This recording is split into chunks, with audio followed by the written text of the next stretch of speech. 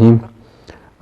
نن زموږ ټاپک دی پیرالیسس ته مونږه په پښتو کې ورته مونږه پالج وایو.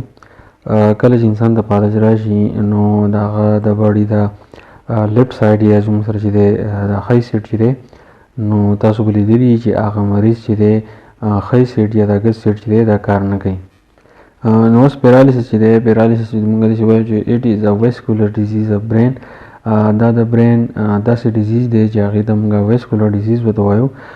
ویسکولر ډیزیز مطلب دا دی چې په دماغو کې چې کوم رګونه دي په هغه رګونو کې مسله راشي نو هغه رګونه چې دی زموږ سره بند شي یا پکې نوره مسله راځي.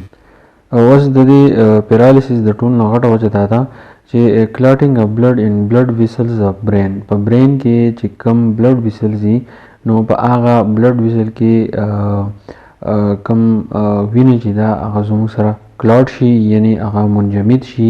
موږ ورته پریز ورته وایو چې هغه وینه چې دی جام شي دانې دانې شي نو په هغې کې بیا هغه کوم بلډ فلو چې دی هغه بیا صحیح نه کېږي.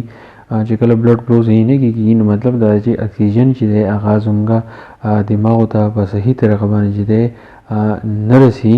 نو د دې بیا افیکټس دا دي چې رپچر بلډ ویسلز کوم بلډ ویسل چې دي نو هغه زموږ سره رپچر کېږي. رپچر مطلب دا دی چې اکثر به تاسو اورېدلي چې د دماغ رګ چې دی هغه وشلېږي. کله چې هغه وشلېږي نو په دې کوپړۍ کې په دې تندي کې دننه دا کوم دا رګ چې تللی نو د دغې رګ نه چې دی وینه راوځي او هغه وینه چې ده هغه خوا شاته کوم ټیشوز چې دي هغه ټیشوز ته ننوځي نو هغې ته هم نقصان رسوي. او نو کله چې دغه وینه چې دی راوځي نو اکثر د دې انسان چې دی مړ شي. که فرض کې انسان نه مري نو هغه چې کوم مرض لګوي نو هغې ته مونږ پیرالیسس ورته وایو.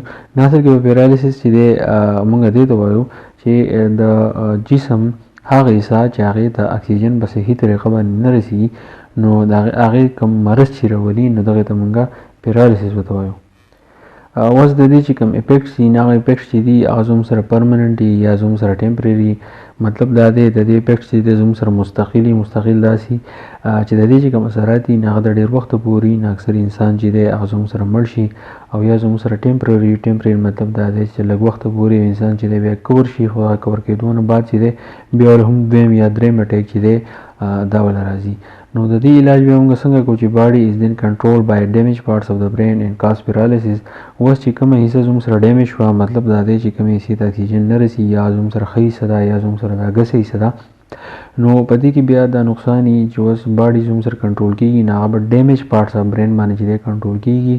نو ډیمیج پارټس اف برین مطلب دا شو چې یا به زموږ سره غلط کیمیکل ریلیز کېږي یا به زموږ سره غلط هارمون ریلیز کېږي یا به زموږ سره میسج چې دی هغه به زموږ افیکټر ته چې دی نه کنوی کېږي. چې کله میسج ته افیکټر ته میسج نه کنوی کېږي نو د هغې نه مسایل راځي او د هغې نه نورې بیماریانې چې دي هغه زموږ سره جوړېږي.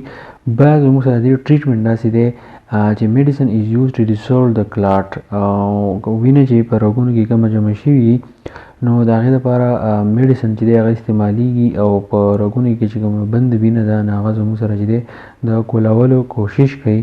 او د هغې نه علاوه اینډ آلسو فزیوتراپي از یوزډ. او کوم ډاکټران چې فزیوتراپسټ چې دي نو هغه د پالج مریض له چې دی فزیوتراپي چې دا ورته چې دی ریفر کوي چې تاسو فزیوتراپي وکړئ. نو فزیوتراپي سره هغه مریض چې دی د ډېر حده پورې چې دی نو هغه کور کېږي. نو اصل کې پیرالیسس چې دی دا موږ پالج ته وایو. پالج به اصل کې دا مرض دی چې کله زموږ باډي ته اکسیجن په صحیح طریقه باندې نه رسي نو هغې ته موږ چې دی نارمل پالج ورته وایو. خو صحیح پالج چې دی نو هغه زموږ سره داسې دی چې کله د سر رګ چې دی زموږ سره چې دی وشلېږي نو سر رګ دی وشلېږي چې کله زموږ سره چې دی بلډ پرشر سیوا شي او یا په دې کې بلډ فلو دونه سیوا شي د بلډ پرشر د وجې نه چې رګ چې دی زموږ سره وشلېږي. چې کله رګ وشلېږي د هغې نه چې کومه وینه راوځي خوا او شا ټیشو ته ځي نو هغه چې بیا کومه بیماري خوري نو هغې ته موږ چې دی پیرالیسس ورته وایو. او پیرالیسس مطلب دی پالج. که زما په چینل باندې نه وي نو زما چینل چې دی ضرور سبسکرایب کړئ. تھینک یو ډېره مننه.